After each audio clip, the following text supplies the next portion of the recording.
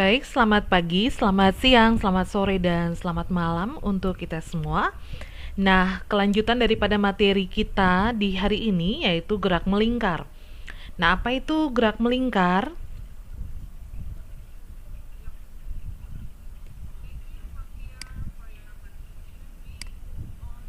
Ya, sebuah benda yang bergerak membentuk suatu lingkaran dapat dikatakan bahwa benda tersebut mengalami gerak melingkar.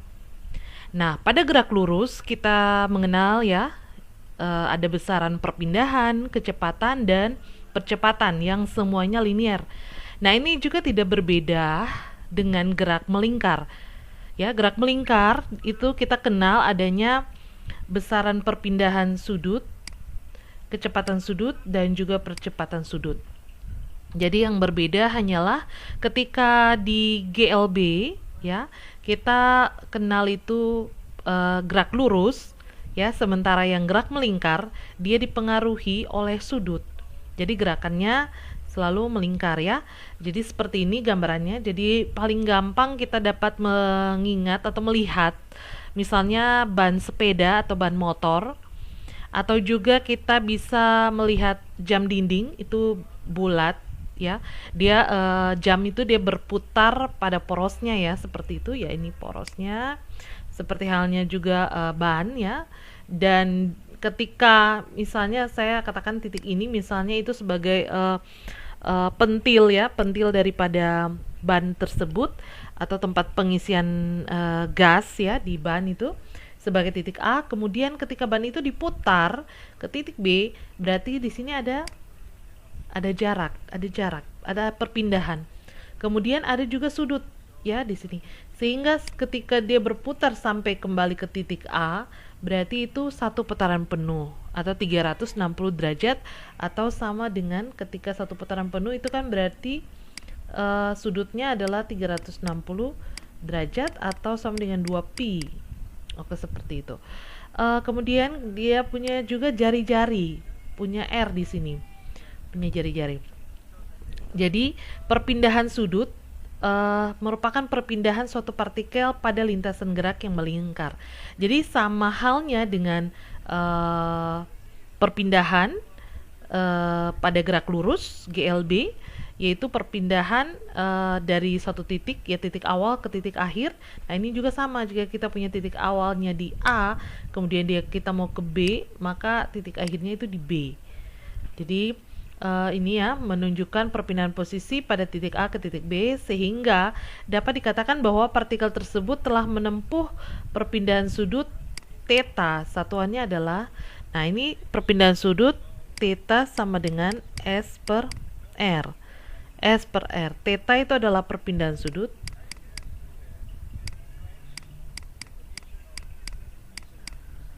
Ini perpindahan sudut.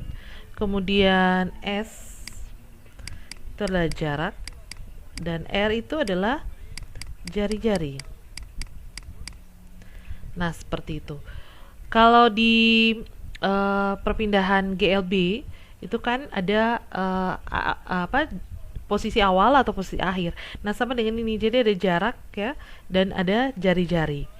Nah, di sini kalau kita mau tulis ya, saya tambahkan sebagai informasi bahwa kalau dalam radian, berarti kalau misalnya kita punya satu radian itu sama dengan 360 derajat dibagi dengan 2pi, sama dengan 1/2pi putaran. Nah, atau dapat dikatakan bahwa satu putaran penuh itu sama dengan 2pi radian, atau yang tadi saya katakan sama dengan 360 derajat. Jadi kalau 1 derajat itu berapa? Berarti 2pi per 360 derajat dalam radian. Jadi ini merupakan informasi tambahan dalam hal perpindahan sudut ya, untuk sudut ini. Oke, saya lanjutkan. Sekarang yang tadi saya bilang bahwa perpindahan atau gerak melingkar ini sangat mempunyai hubungan yang erat dengan GLB ya, GLB. Nah, jadi ketika kita kenal ya, sini saya langsung saja. Kalau kita kenal itu di awal itu adalah perpindahan posisi ya. Pertama itu kita posisi itu kalau untuk gerak, sebentar saya hapus dulu. Kalau di sini ada GLB dan sini ada gerak, di sini sebenarnya juga bisa ditulis GMB, itu adalah gerak melingkar beraturan. Ya, ini sangat punya hubungan yang erat. Jadi kalau misalnya sini kita punya posisi, di GLB itu kita pakai R ya. Kita punya posisi. Nah, posisi, sementara di gerak melingkar kita punya ada yang namanya theta di sini. Kemudian kalau kita mempelajari tentang perpindahan,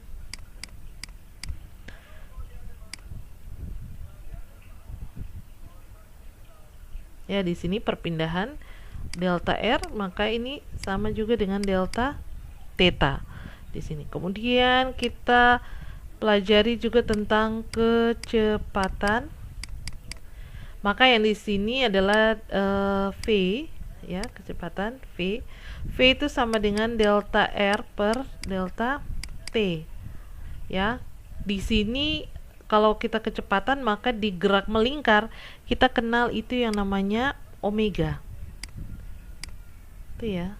Ini semuanya dalam vektor ya. Jadi ini sama, yaitu delta theta per delta T, theta per delta T. Kemudian kita pelajari yang namanya juga percepatan. Percepatan yaitu vektor A sama dengan delta V, vektor V per delta T. Maka di sini yang kita kenal di GMB yaitu alfa. Alfa itu adalah delta ini ya, omega per delta T. Jadi sangat mudah sekali untuk kita mengingatnya gitu. Sehingga ketika kalian menghafalkan atau mengingat atau memahami terkait gerak lurus beraturan, ini sangat mudah diterapkan ke gerak melingkar beraturan. Jadi benar-benar persis, yang membedakannya hanya ini, kalau ini jarak berarti yang ini adalah sudut ya, ada perubahan sudut. Kemudian di sini ada kecepatan, ini ada kecepatan sudut. Di sini. Kalau di sini ada percepatan, di sini juga ada percepatan sudut ya. Ini adalah posisi sudutnya ya, seperti itu. Maaf ini. Iya. Jadi sangat mudah untuk dipahami ya. Nah, di sini juga pada di GLB kita juga kenal yang ada namanya kecepatan sesaat. Di sini di GMB juga ada kecepatan sudut sesaat. Jadi persis sama ya, persis sama dengan yang disampaikan di GLB. Nah, yang di sini saya mau perkenalkan, ini ada kecepatan tangensial. Jadi pada gerak melingkar kita ketahui ada namanya kecepatan tangensial, yaitu kecepatan untuk mengelilingi suatu lingkaran ya, dan arahnya itu selalu menyinggung lintasan benda, gerak benda yang melingkar. Jadi dia seperti ini ya, ini ditulis VT ini ya, kecepatan tangensial. Ini kecepatan tangensial atau VT ya, seperti itu. Jadi dia selalu menyinggung ketika dia mengelilingi suatu lingkaran, dia menyinggung lintasan gerak benda yang melingkar. Nah, kita dapat ditulis ya, ini hubungannya dengan kecepatan. Kita menghitung kecepatan, yaitu V sama dengan S per T, atau kita awalnya kita pakai delta R per delta T. Nah, seperti itu. Kemudian R jarak ya, oh maaf, ini ST ini di sini kita dapatkan kalau S itu berarti R dot delta T per delta T sama dengan R omega. Jadi di sini kecepatannya ini kecepatan tangensial, kecepatan di sini ya, ini kecepatan tangensial. Ya. Itu sama dengan jarak per waktu. Nah, jarak di sini yang tadi disampaikan, jarak itu sama dengan perpindahan dikalikan dengan apa namanya? Sudut ya. Jadi sini S misalnya dari titik A sini ke titik B. Sini berarti ada jarak. Jarak ini adalah ini kan di tengah ini. Ini hubungan antara jari-jarinya R dan theta. Nah, di situ. Maaf ya. Ya. Jadi S ini jarak di sini adalah R jari-jari dikalikan dengan theta. Seperti ini. Beda dengan ini ya. Ini kalau ini posisi di awal, kalau untuk di kecepatan sudut R-nya itu adalah jari-jari ya.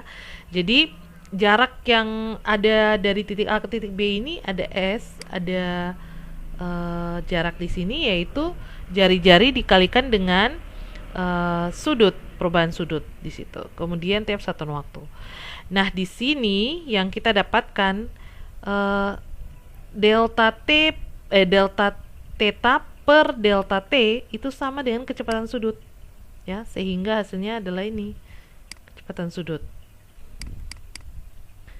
Oke, bisa ya, bisa lihat ya yang ini adalah sama dengan omega. Sehingga hubungan antara kecepatan linier atau translasi ya, ini saya katakan juga, ini namanya gerak, yang GLB ini kan namanya gerak linier atau juga namanya translasi, itu sama kalau kalian pernah dengar. Kemudian kalau GMB ini kan yang melingkar ya.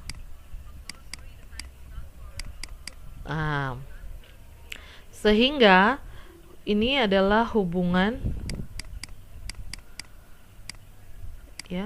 antara gerak translasi dan, atau saya tulis saja ini GLB dan GMB, maka hubungannya ini kecepatan tangensial VT sama dengan, nah, V sama dengan R dot omega ya, R dikalikan dengan omega. Oke, kemudian kita kenal juga yang namanya percepatan sudut. Nah, seperti ini percepatan sudutnya, saya sudah tuliskan, yaitu hubungannya dengan percepatan ya. Jadi ada perubahan kecepatan per satuan waktu, maka ini juga perubahan percepatan sudut per satuan waktu. Nah, di sini tandanya ini lebih ke rata-rata ya, bukan vektor. Oke, kemudian saya dapat menuliskan juga kalau misalnya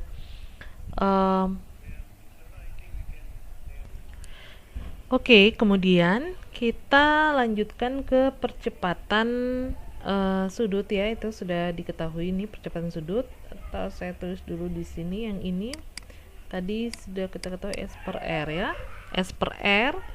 Kemudian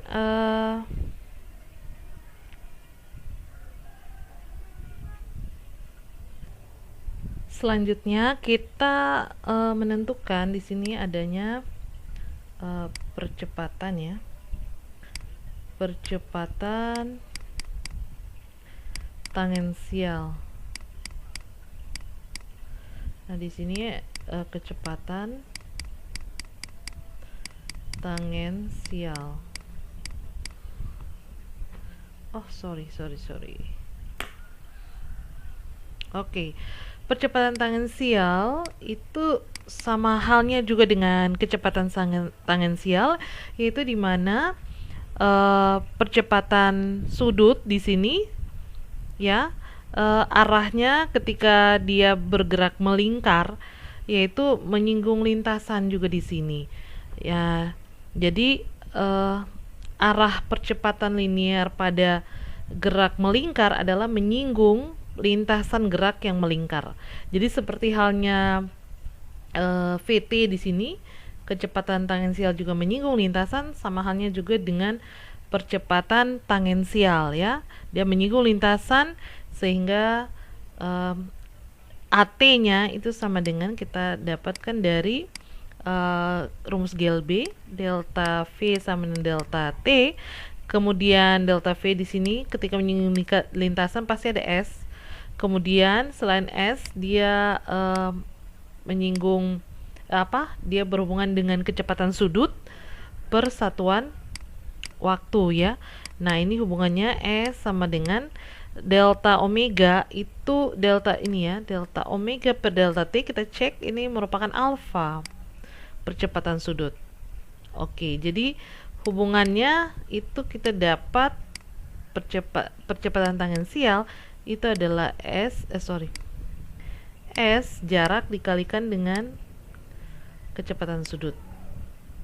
Nah, ini ada hubungannya ya. Jadi ketika suatu misalnya roda ya, ini roda dia berputar pada porosnya, ada hubungan antara gerak linier dan juga gerak melingkar ya. Jadi contohnya begini, kalau misalnya kalian punya motor ya, ketika motor itu dia dihentikan pada saat posisi di tempat. Nah, istilahnya itu kalau dikasih standar ya, dikasih standar kemudian kita cuman memutar motornya saja, ban motornya saja, itu pasti dia hanya berputar pada porosnya. Itu yang kita temui di situ adalah kecepatan sudut dan percepatan sudutnya. Namun ketika motor atau ban motor ini dia sudah mulai bergerak ya, maka hubungannya dengan GLB di sini, gerak lurus beraturan. Kalau cuman berputar intern atau di dalam hanya rodanya berputar saja, itu hanya GMB. Tapi kalau sudah bergerak maju itu sudah ada hubungannya dengan GLB. Nah, hubungannya ini yang adanya hubungan antara kecepatan tangensial dan percepatan tangensial. Jadi di sini VT ini adalah GLB sama dengan R, yaitu jari-jari dikalikan dengan kecepatan sudut, dan untuk percepatan tangensial itu sama dengan S sama dikalikan dengan dengan percepatan sudut. Jadi seperti itu hubungannya antara yang GLB dan juga GMB. Oke. Nah, kemudian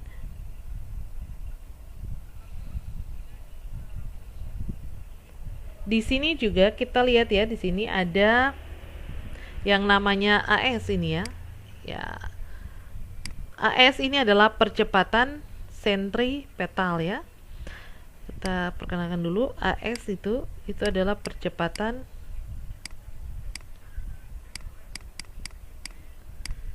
sentripetal ya. Jadi maaf ini. Oke. Nah, AS ini adalah percepatan sentripetal. Artinya bahwa ketika roda atau benda itu dia bergerak ya, dia pasti akan bergeraknya itu melingkar ya. Roda itu dia selalu berputar melingkar. Nah, ketika melingkar itu ada gaya tarik ke dalam. Nah, itu sentripetal AS ini, makanya arah.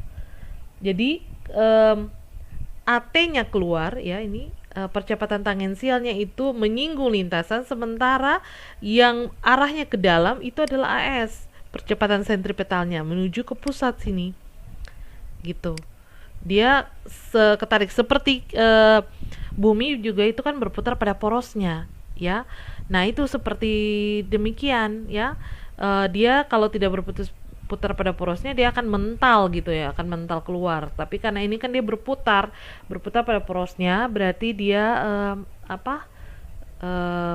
Berputar sebagai percepatan dengan menggunakan percepatan sentripetal, itu ada pengaruh sentripetal. Nah, oleh sebab itu arah percepatan sentripetal itu selalu tegak lurus. Ya, selalu tegak lurus terhadap kecepatan tangensial dan mengarah ke pusat lingkaran. Jadi percepatan, aduh maaf ya, salah pencet terus ya. Percepatan sentripetal AS itu selalu tegak lurus terhadap kecepatan tangensial. Ya, seperti ini ya. Di gambarnya sudah sangat jelas. Jadi percepatan sentripetal dia selalu tegak lurus dengan kecepatan tangensial dan mengarah ke pusat lingkaran. Jadi seperti itu ya. Contohnya itu yang tadi saya sampaikan, kalau misalnya bumi ini kan berputar pada porosnya. Kemudian kita ini juga ada namanya gaya tarik bumi atau nama percepatan gravitasi. Sehingga kalau kita berdiri, pasti arahnya selalu kan dikatakan bahwa arah gerakan percepatan gravitasi itu ke bawah. Tapi bukan ke bawah, itu sebenarnya menuju ke pusat bumi. Pusat bumi itu adalah yaitu ada proses ya tarik menarik di situ karena percepatan adanya percepatan gravitasi. Nah, itu seperti itu. Nah, ini kalau di ban juga seperti itu. Jadi kalau misalnya dia berputar, pasti ada namanya percepatan sentripetal dan arahnya itu ke pusat lingkaran.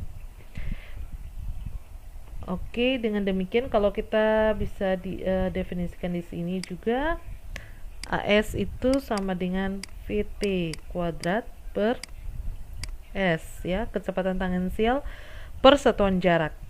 Nah, VT per S ini kita ubah menjadi omega kuadrat dikalikan dengan S. Ya, seperti ini hubungannya.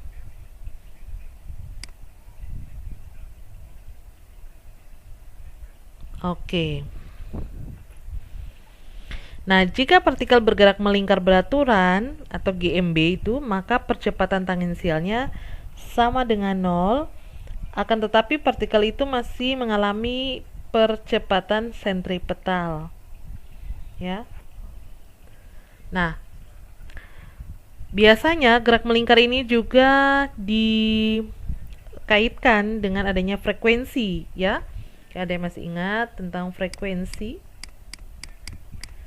Frekuensi ya, itu apa itu frekuensi? Itu jumlah putaran per sekon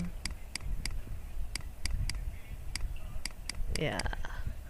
Jadi kita dapat menghitung frekuensinya, jadi jumlah putaran tiap sekon. Jadi dalam 1 sekon itu berapa kali ia berputar, atau roda ini dia berputar dalam 1 sekon. Kemudian kita juga kenal yang namanya periode. Periode atau di sini kita pakai simbol T, ya. Itu kalau misalnya frekuensi itu adalah menghitung jumlah putaran tiap sekonnya, sementara periode itu adalah waktu yang diperlukan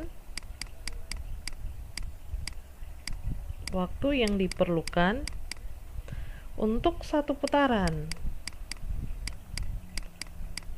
Jadi kebalik ya, 1 putaran penuh. Jadi ketika benda ini R, kemudian ini theta. Nah, ketika dia bergerak dari titik A, misalnya sini dia berputar sampai ke titik A lagi. Nah, ini kita bisa hitung frekuensinya berapa atau punya putaran tiap sekonnya berapa.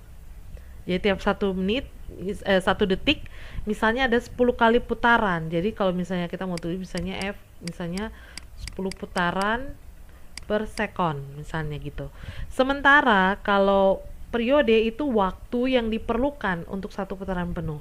Misalnya kita punya periodenya di sini untuk satu putaran penuh ini, ketika dari A sampai A ini, misalnya kita memerlukan waktu misalnya katakanlah 10 sekon terlalu lambat ya. Misalnya kita perlu waktu 1,5 sekon misalnya. Nah, 1,5 sekon untuk satu putaran. Jadi, nah seperti itu. Sehingga kalau biasanya kita tulis T itu sama dengan seper F. Seper F ya. Nah, dengan laju yang konstan.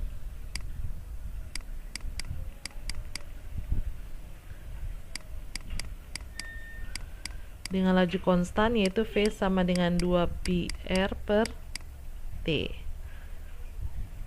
Ini 2πr karena di dalam satu putaran benda itu menempuh satu keliling ya. Jadi satu keliling lingkaran yaitu 2 per R ya. Ini adalah ya, saya bisa tulis sini, ini adalah kelilingnya. Jadi ketika dia berputar satu putaran ini nilainya tuh 2πr. Oke. Nah, hubungan kecepatan sudut, ini hubungan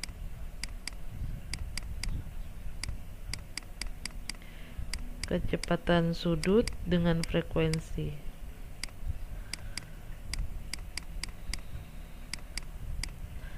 Itu F sama dengan omega per 2R. Hubungan frekuensinya itu adalah kecepatan sudut tiap satuan tiap untuk satu putaran. Jadi seperti ini, bisa di border ya untuk pengetahuan kalian. Jadi ada rumusan penting itu dicatat sebagai dokumentasi kalian. Oke, jadi mungkin itu saja yang bisa saya sampaikan dari gerak. Dalam hal ini masih dalam kategori kinematika ya, kinematika partikel. Dan ini ada tugas 2 yang dapat kalian kerjakan, ada 4 soal. Ini sudah include dari awal sampai dari gerak jatuh bebas sampai gerak melingkar ya. Jadi silakan kalian mengerjakannya, dan kita akan ketemu lagi di materi selanjutnya. Terima kasih.